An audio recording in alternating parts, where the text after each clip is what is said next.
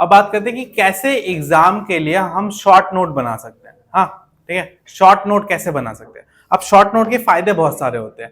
एक तो तुम एक बार में बहुत सारी चीजें रिवाइज कर सकते हो। अगर मैं मान लो ये पूरी बुक दे दूं तुम्हें एग्जाम से पहले, ठीक है, ये पूरी बुक दे दूं या इस पूरी बुक का एक समराइज 5 पेज में लिख के दे दूं, तो तुम कौन सा लोगे? 5 5, क्योंकि 5 पेज वाले में सब कुछ है, ठीक है। बट वो 5 पेज कब फायदेमंद होगा? जब तुमने एटलीस्ट एक बार इसको पढ़ा होगा, ठीक है। जब तक तुमने एक बार भी इसको नहीं पढ़ा तो 5 पेज तो किसी काम के नहीं है, क्योंकि उसमें तो शॉर्टकट में लिखा होगा, ठीक है। तो अगर तुमने पूरा पढ़ लिया है, अब तुम्हें चाहिए कि एग्जाम जब आए, ठीक है, एग्जाम जब आते हैं तो ऐसा होता है ना कि 1 दिन की छुट्टी होती है, 2 दिन की छुट्टी होती है, और उसमें तुम्हारे पास इतनी पावर नहीं है कि तुम सारे चैप्टर को एकदम लाइन वाइज लाइन पढ़ के पूरा जाओ, या जितने भी तुमने नोट्स बना रखे उनको सबको तुम पढ़ के जाओ, नहीं हो सकता ना। तो उस कंडीशन में क्या होता है कि जब हमारे पास शॉर्ट नोट्स होते हैं तो वो हमारे लिए बहुत ज्यादा क्या होते हैं, फायदेमंद होते हैं। क्या होते हैं?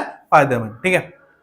तो मेन बात यही आती है कि ये शॉर्ट नोट बनाते कैसे हैं, ठीक है, और बनाते कैसे, सबसे बड़ा कि इसको पढ़ना कैसे, क्योंकि बना तो लेते हैं बच्चे, ठीक है, बट वो क्या करते हैं, किसी का इधर से कॉपी कर ले, इधर से कॉपी करके खुद से नहीं बनाते। तो शॉर्ट नोट बनाने का फायदा तभी मिलेगा जब तुम उनको खुद से बनाओगे, क्योंकि मैं अगर यहाँ पे कुछ बना के देता हूं तो उस शॉर्ट नोट को मैंने अपने हिसाब से समझने के लिए बनाया है, ठीक है। उसमें मैं एरो यूज करता हूं या मैं कुछ सिंबल्स यूज करता हूं किसी चीज को डिनोट करने के लिए, वो मैंने अपने हिसाब से बना रखा है। मैं जहां पे भी एरो देखूंगा इसका मतलब क्या है, इस ये बात इस चीज से लिंक हो रखी है, ठीक है। ऐसे ये मैंने अपने समझने के लिए ले रखी है। तो तुम्हें क्या करना है, तुम्हें शॉर्ट नोट्स बनाना सीखना पड़ेगा, ठीक है। तो सीखना बहुत इंपॉर्टेंट है कि आगे की क्लासेस में अब 2 2 लाइन के आंसर तो मिलेंगे नहीं, पैराग्राफ में एसएसटी के कितने आंसर बड़े होते हैं, है ना। तो इनमें जब हमारे पास शॉर्ट नोट्स होते हैं तो क्या होते हैं, बहुत हेल्पफुल होते हैं हमारे लिए, ताकि हम क्या कर सके, उन शॉर्ट नोट्स में से फटाफट रिवाइज मार सके, ठीक है, और अपने पेपर को पूरा अटेम्प्ट करके आ सके, ठीक है। तो अब जो नेक्स्ट टॉपिक है ना, नेक्स्ट टॉपिक हमारा क्या है कि डाल्टन्स एटॉमिक थ्योरी, ठीक है। उस डाल्टन एटॉमिक थ्योरी में हमें 6 बातें दे रखी है। कितनी बातें दे रखी है? 6 बातें, ठीक है। अब उन 6 बातों को मैं यहाँ पे लिखूंगा, ठीक है। यूज मैं करूंगा 6 लाइनों का, ठीक है, क्या करूंगा? 6 लाइनों का, और मैं वर्ड कम से कम रखूंगा, और किस तरीके से मैं शॉर्ट में उसको बना रहा हूं उसका एक एग्जांपल है, तुम देखो और समझने की कोशिश करो कि कैसे मैंने करा, ठीक है। बात समझ में आ गई? और फिर घर जाके तुम्हें अपने सारे नोट्स के साथ वही करके हर चैप्टर का शॉर्ट नोट बनाना है, ठीक है।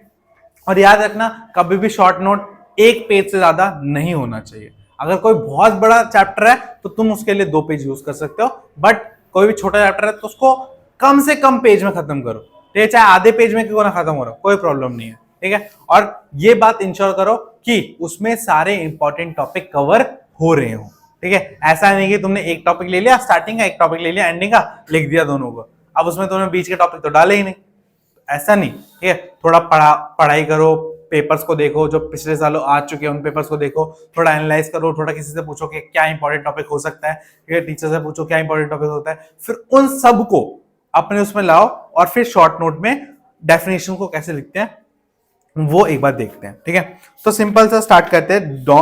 जॉन डाल्टन्स के जो उसने थ्योरी दी थी, एटॉमिक थ्योरी दी थी, उसके बारे में बात करते हैं, ठीक है। तो ध्यान से देखना, ठीक है। तो देखो, जो जॉन डाल्टन थे, कौन थे? जॉन डाल्टन थे। तो उन्होंने क्या दिया था? एटॉमिक थ्योरी दी थी, ठीक है। पहली थ्योरी क्या बोला, ठीक है, पहली थ्योरी क्या बोला वो मैं पहले पढ़ता हूं, ठीक है। बोला गया कि all matter is made of very tiny particle called atom which participated in chemical reaction, ठीक है। अब देखो कितनी बड़ी लाइन होगी, अगर लिखूंगा तो इतना आ जाएगा, बोर्ड भर जाएगा, ठीक है। अब इसको शॉर्ट करना है, क्या करना है? शॉर्ट करना है। कैसे करना है देखो, सबसे पहले उसने बात करी किसकी? मैटर की। किसकी बात करी? मैटर की। फिर क्या बोला उसने मैटर के बाद? कि मैटर जो है वो किससे बने होते हैं? वेरी शॉर्ट पार्टिकल से। किससे बने होते हैं? वेरी शॉर्ट पार्टिकल से, ठीक है, वेरी शॉर्ट पार्टिकल, ठीक है, वेरी शॉर्ट या वेरी टाइनी बोला था उसने। क्या बोला था? या ऐसे लिखो, टाइनी पार्टिकल से बने होते हैं। क्या बने होते हैं? टाइनी पार्टिकल से बने होते हैं, ठीक है। और इन टाइनी पार्टिकल को क्या बोला जाता है? एटम बोला जाता है। क्या बोला जाता है? एटम। और यही एटम किस में पार्टिसिपेट करते हैं? एक केमिकल रिएक्शन में। ये किस में पार्टिसिपेट करते हैं? केमिकल रिएक्शन में। तो देखा, जो भी मेन वर्ड्स थे वो सारे मेन वर्ड्स मैंने क्या करा, एक लाइन में क्या कर दिया, कंबाइन कर दिया। और मैंने जो फालतू की इंफॉर्मेशन थी जैसे इज द तो अब तक लगाना सीख ही गए होगे, ठीक है, तो वो सब मैंने हटा दिया। अब मेन क्या बात थी इस लाइन में कि मैटर, टाइनी पार्टिकल, एटम और केमिकल रिएक्शन, ठीक है। हाँ, बात समझ में आ गई? तो देखो एक लाइन कितनी शॉर्ट होगी। अब देखो ये 4 वर्ड में पूरा लाइन समेट गया। अब पूरा 4 वर्ड आसान है, पूरी लाइन आसान है? 4 वर्ड आसान है, तो बन गया ना शॉर्ट नोट।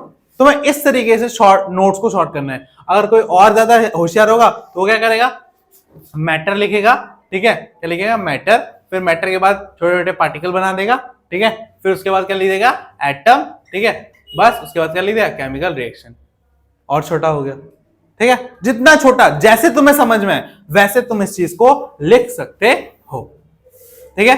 तो इस तरीके से अगर तुम शॉर्ट नोट्स को बनाओगे, ठीक है, तो इससे क्या होगा, एक तो तुम्हारे सारे टॉपिक्स एक ही पेज में आ जाएंगे, ठीक है, तो रिवाइज करना आसान होगा।